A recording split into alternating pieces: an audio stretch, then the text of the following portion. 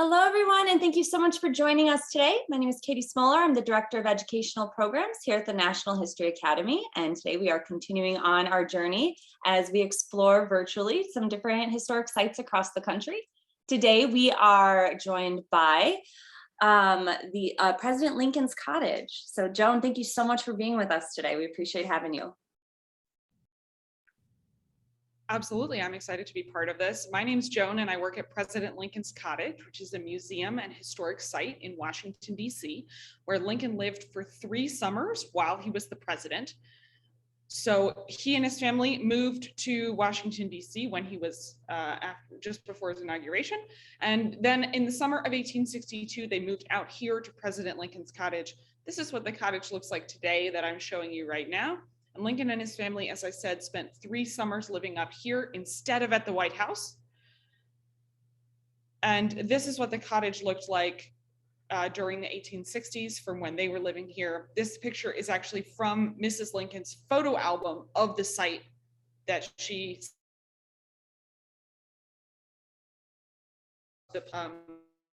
were living.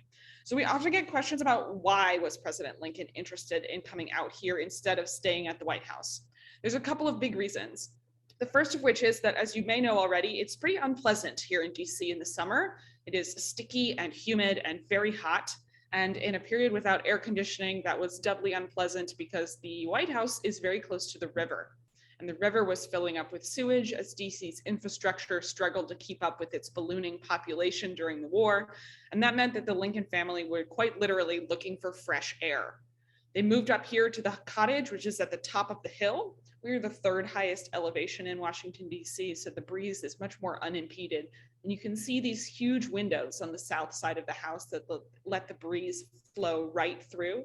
So this building is constructed in a way that makes it much more comfortable physically in a sticky DC summer. Lincoln, as you also probably already know, was facing some really tricky challenges as president while he was out here. Those include what to do about slavery, how to proceed with the Civil War that was going on. Those decisions were his responsibility, and the cottage gave him some peace and quiet, a place where he could think about those things in an environment that was working for him. He would sit on this back porch that you're looking at right now and look south over the city, read the newspaper, do a little bit of some good thinking out there.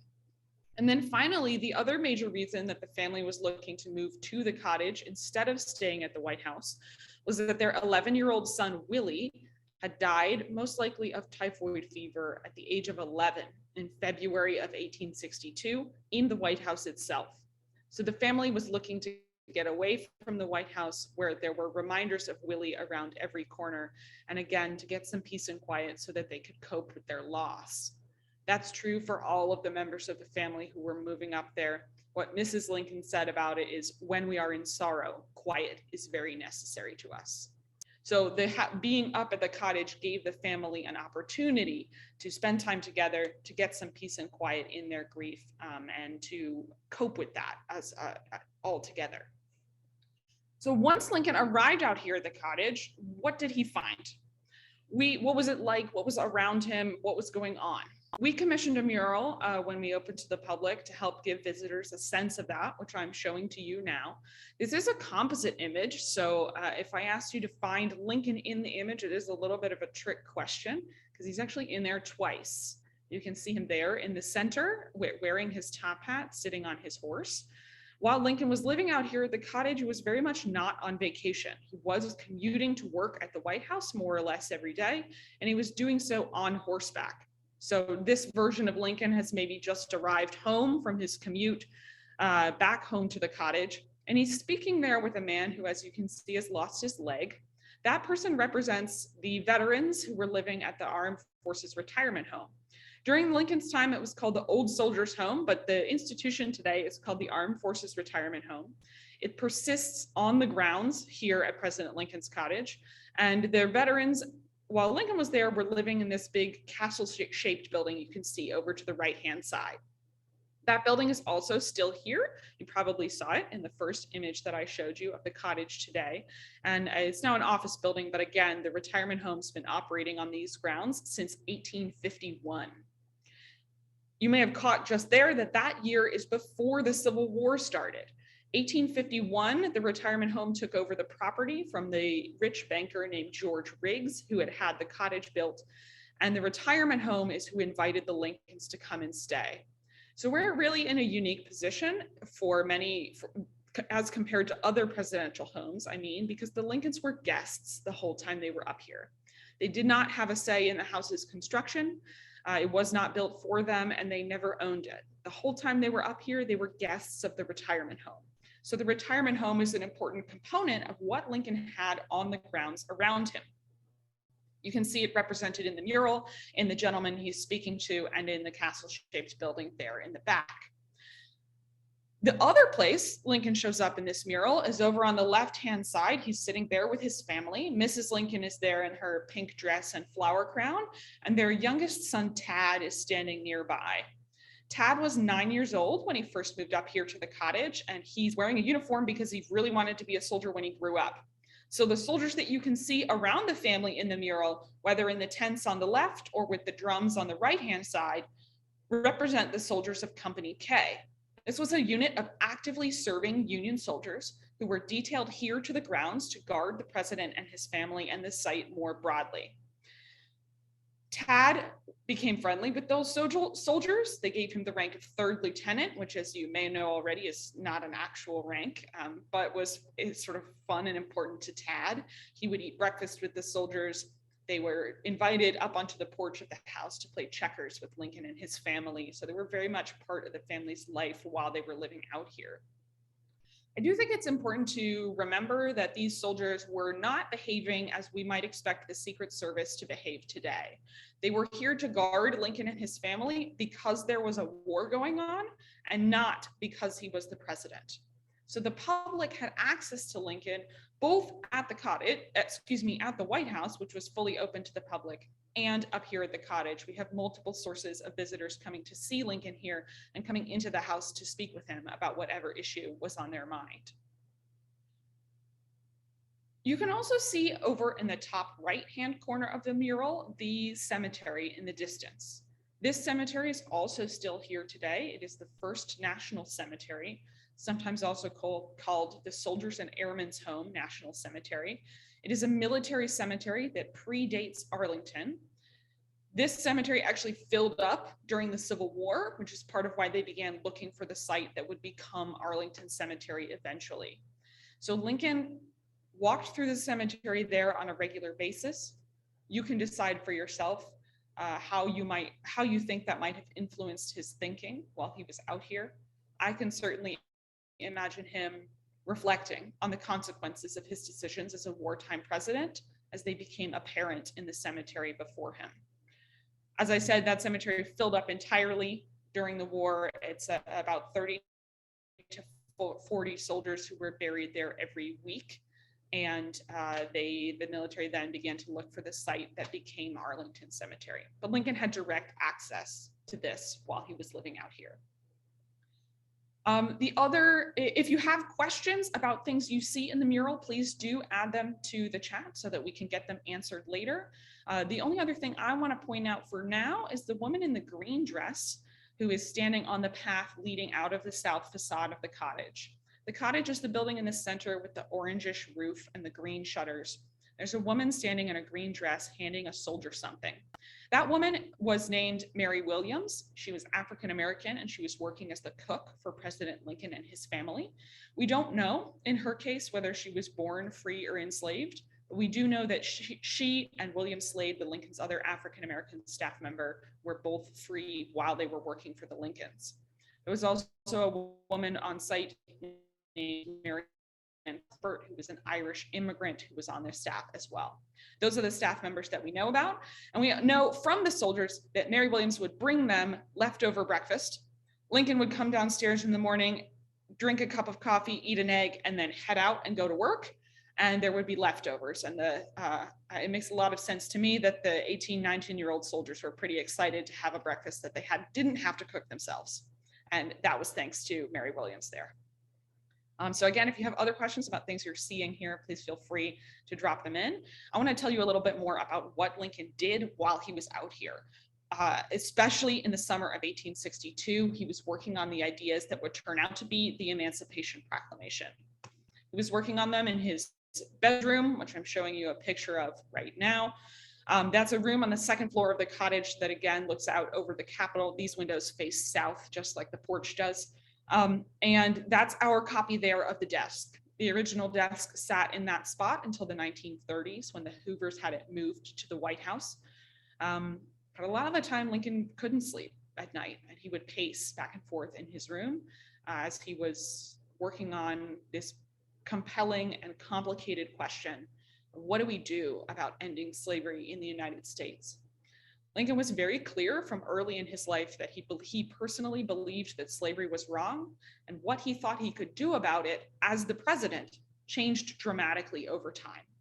And it changed while he was living here at the cottage. The Emancipation Proclamation helped free over 4 million people who were enslaved in the United States. That's not everybody, but Lincoln would go on to work on the 13th Amendment to the Constitution, which ended slavery. It made it illegal everywhere in the United States and is still today the legislation that's used to prosecute human traffickers and modern day enslavers. So that's why we here at the cottage talk about ourselves as a home for brave ideas. This place gave Lincoln the space and the time that he needed to work through his ideas and to come up with something that was really very extraordinary and a break from what had been happening before. And there's something about this place, the peace and quiet, maybe the opportunity to interact with ordinary people, all different kinds of people on his way to and from the cottage, that gave him the opportunity to come up with something new. And that means that here in the present, we try and be that place for our visitors as well. We try and make sure that this place can be a home for brave ideas in the present too. One major way that we do that is through our Students Opposing Slavery program, which is a program that brings teenagers from around the world here to the cottage to work to end modern slavery, and they go home with a plan to do something about it, to take action in their specific community. But that's also just true for ordinary folks who come on a tour and come visit us with their families or with their class, both of which are possible right now. We are open and ready to go. You can find out more. You can ask any questions you might have about coming to visit right now. You can also find out a lot more at our website, which is lincolncottage.org. But I do want to make sure we take a moment and get questions answered if there are any. Katie, can you help me out with that? Yes, that would be great. Let's see. Did President Lincoln have other houses outside of DC beyond the cottage that he would go to? Not while he was the president. The family had a house that they lived in Springfield, Illinois, which he and his wife, Mrs. Lincoln, had made their home for many years before he was elected president. And then when he moved to Washington, D.C., they packed up their stuff and left that house behind. Mrs. Lincoln and their oldest son, Robert, did go back to that house after Lincoln was killed. But while he was living in DC, they didn't own any other sort of extra houses. I would definitely not describe the Lincolns as being a wealthy family overall. Did he or other family members have favorite activities while they were there? Yeah, I would say checkers is definitely on the list. We know that Lincoln and Tad played checkers with each other. We know that Tad kind of got to do more or less whatever he wanted. He was the youngest of 4, and his elder brother had recently passed. So his parents kind of let him get away with pretty much everything. He had a pet goat who would come in and out of the house. He interrupted his dad at meetings all the time. He didn't really keep up with his schoolwork, and that's, was just kind of rolling with it.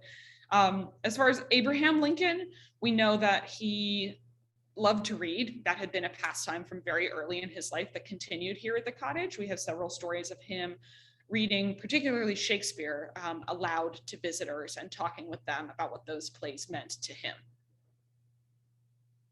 That's great. Do you find when people visit, are there any common misconceptions that people have, either about the site or about President Lincoln himself?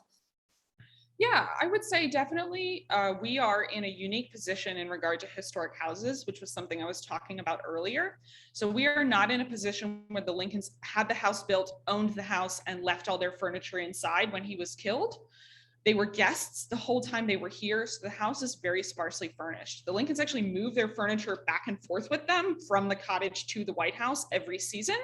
So we don't have that furniture. And instead, we, as I said, talk about ourselves as a home for brave ideas and really try and give visitors the sense to experience this place as Lincoln experienced it and to think deeply for themselves about what they think American democracy should look like in the future, because that's what Lincoln was thinking about while he was here. That, And then yeah. misconceptions about Lincoln himself. I would say the biggest one is that many people believe the Emancipation Proclamation freed everyone who was enslaved in the United States, and that's not true. It only applied to people who were enslaved in Confederate territory, and it would take the 13th Amendment to the Constitution to fully end slavery. That's really fascinating. I just think of even today moving furniture back and forth sounds like such a headache. And then in the 1800s must have been so much Yeah, worse. apparently our primary source says it's 19 loads of stuff. So I don't Wow. have no way of measuring how many U-Haul trucks that works out to. Yeah. But again, the Lincolns were guests the whole time they were here. So maybe a helpful analogy is to think of if your family goes to a beach house or a lake house, maybe there might be some things that are there that you use, like the beds, but maybe you have to bring your own sheets Yeah. or etc. Right. We Maybe don't have not 19 loads, right, but do right. And so is any of that furniture preserved elsewhere today for people to visit? there is a very small amount of the Lincoln's White House furniture that is still in the White House. But we don't have a clear understanding of whether that furniture moved back and forth. The thing that we are sure about is the desk, right? The desk actually wasn't from the White House. It stayed here at the cottage and then was later moved to the White House by Mrs. Hoover.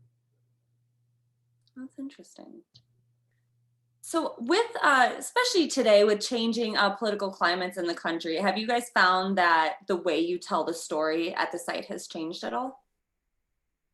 My experience is that it is different no matter what with every single group of visitors, because our tour is very conversational and it's question based, and it is incorporates no matter what, whatever visitors bring with them. So I think you're absolutely right that what visitors bring with them has changed over time, but that changes for every group of visitors no matter what.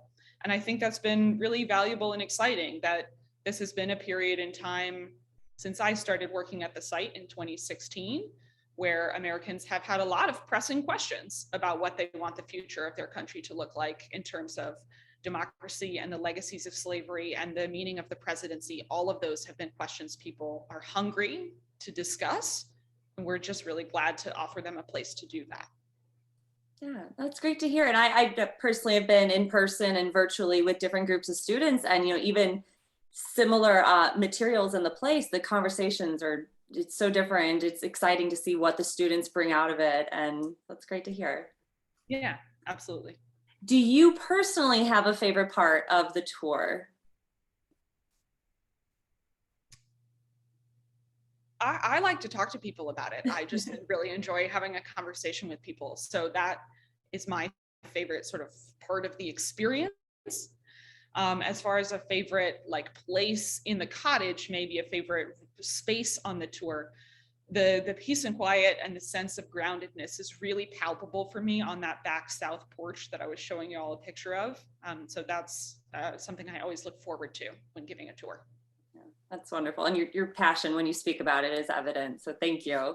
And Joan, we always like to end with this final question. A lot of our students and people are interested in a job like you have. So would you mind maybe just sharing kind of how you got to where you are today and any advice you would give to a young person considering entering this historical field one day?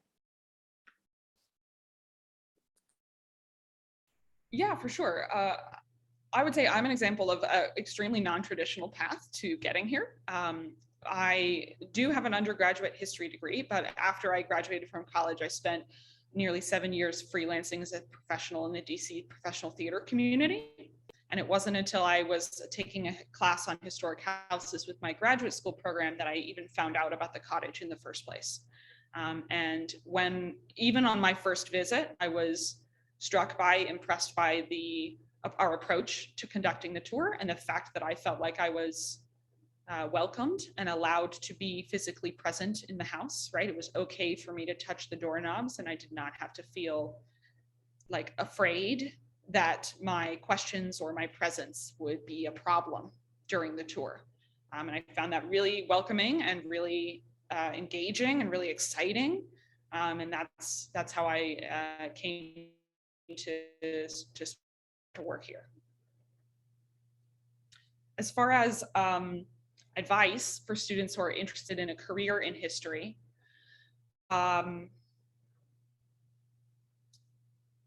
I think there's a bunch of different ways to get here, but one that I would advise is that there are many people who get into history because they are interested in a specific content area, right?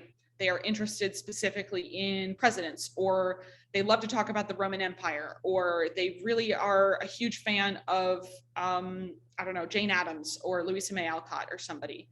And I think that kind of passion can be really exciting and exciting to share with the public, but I would also encourage people to think about what is the approach to doing history or sharing history with the public that matters to you. Do you need to learn more about how to create effective blog posts? Do you want to know more about how to make exhibits? Do you want to write plays about historic objects?